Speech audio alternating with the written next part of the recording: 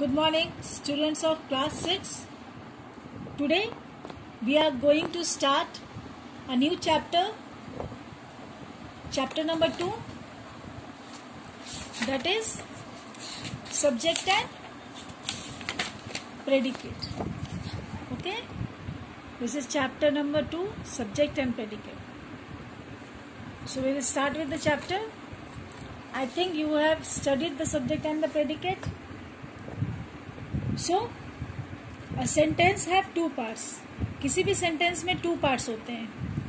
First part is subject and the second part is predicate. कभी कभी cases opposite होते हैं.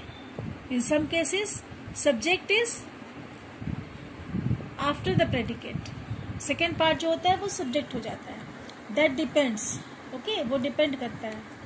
So come, let us start now. So part of sentence, subject and predicate. Every sentence is made up of two parts. Okay, every sentence is made of two parts. A policeman appeared on the scene. This is a sentence. A policeman appeared on the scene. A policeman is here is a subject. Appeared on the scene is the predicate.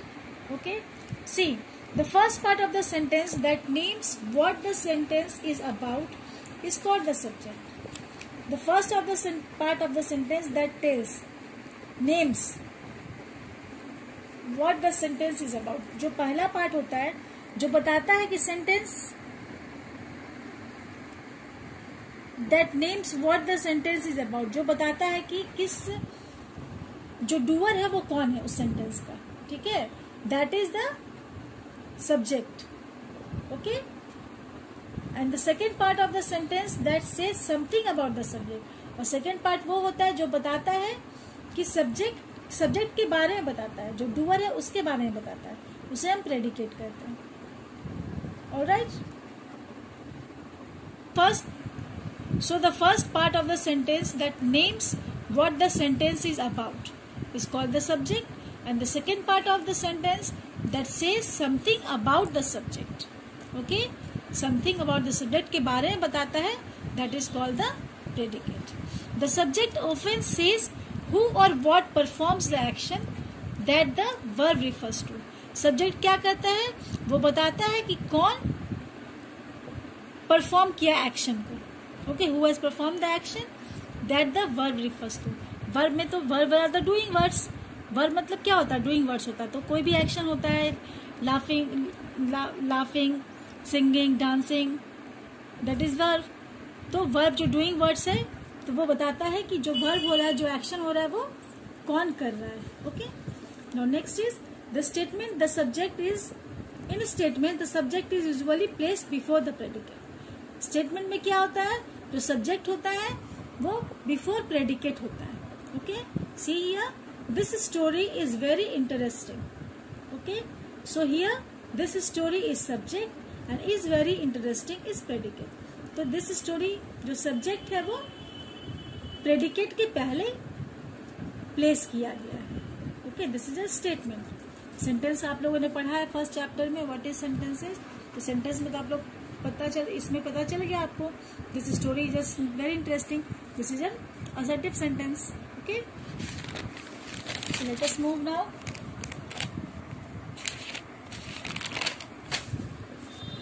But sometimes, for the sake of emphasis, this order may be reversed. मैंने अभी बताया था कि कभी कभी ऐसा cases होता है कि ऑर्डर रिवर्स हो जाता है.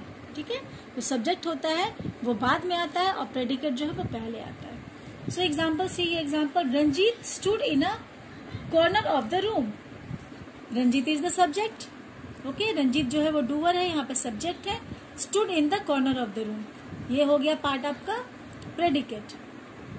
अब अगर हम इसको चेंज कर दें तो in a corner of the room stood Ranjit. Change किए हम लोग सेंटेंस का जो ऑर्डर उसको चेंज किए. In a corner of the room stood Ranjit.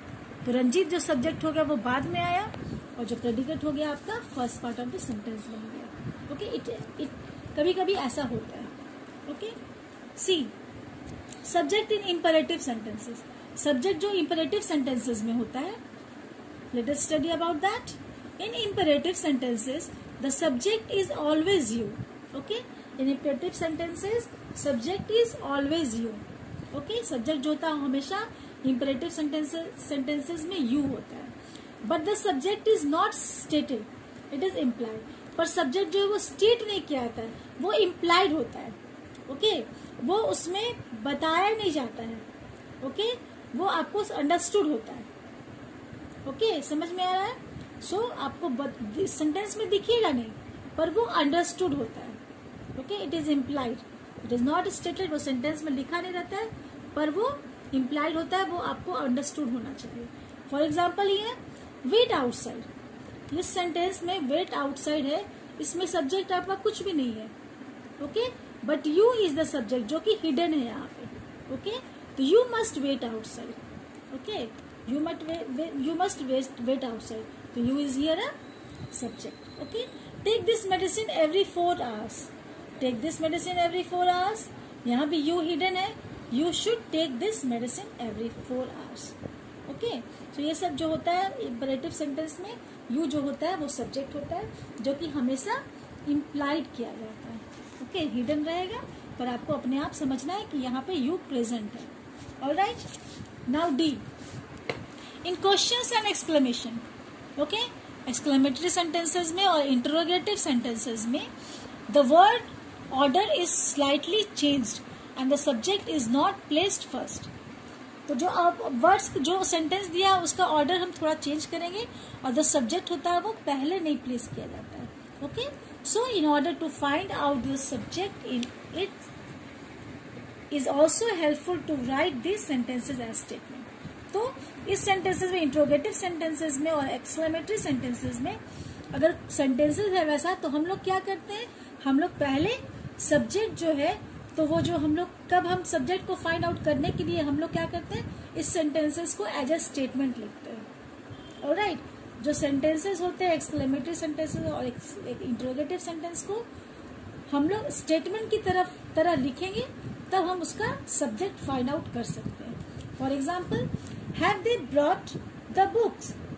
Have they brought the book? This is question. Okay, this is interrogative sentence. तो यहाँ पे हम लोग in order to find subject we may write this sentence as, हम लोग subject find out करना है. यहाँ पे तो पता नहीं चला सब्जेक्ट क्या है, तो इसको सब्जेक्ट फाइंड आउट करने के लिए हम लोग इसको स्लाइटली चेंज कर देंगे.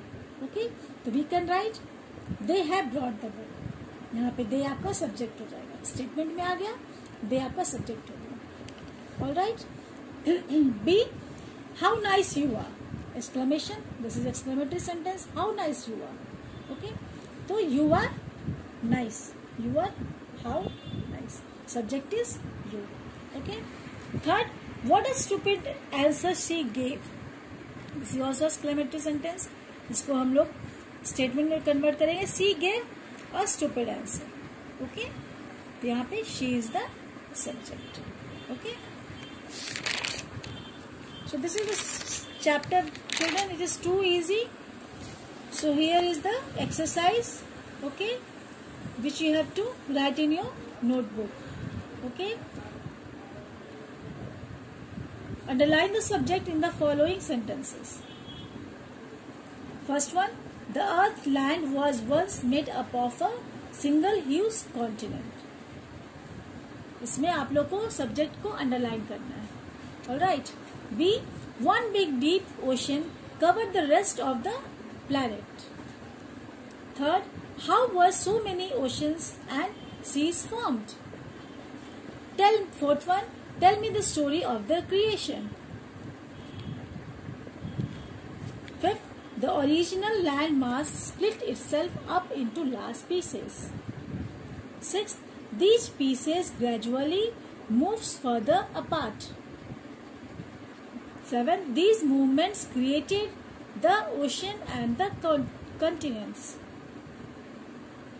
8th one, on a small table near my bed is lying an encyclopedia. ये सब सेंटेंस में आपको सब्जेक्ट जो है उसको अंडरलाइन करना है. Okay. 9th one, page 163 of this book gives all the details. Okay. 10th one, what an interesting story you have told me. Okay. Children, these are the questions. This is the exercise which you have to write in your notebook and underline the subject. In these all sentences, you have to underline the subjects, write in your notebook. Okay? We will stop here only, and in next video we will proceed further. Okay? Till then, study hard at home and be safe. Thank you.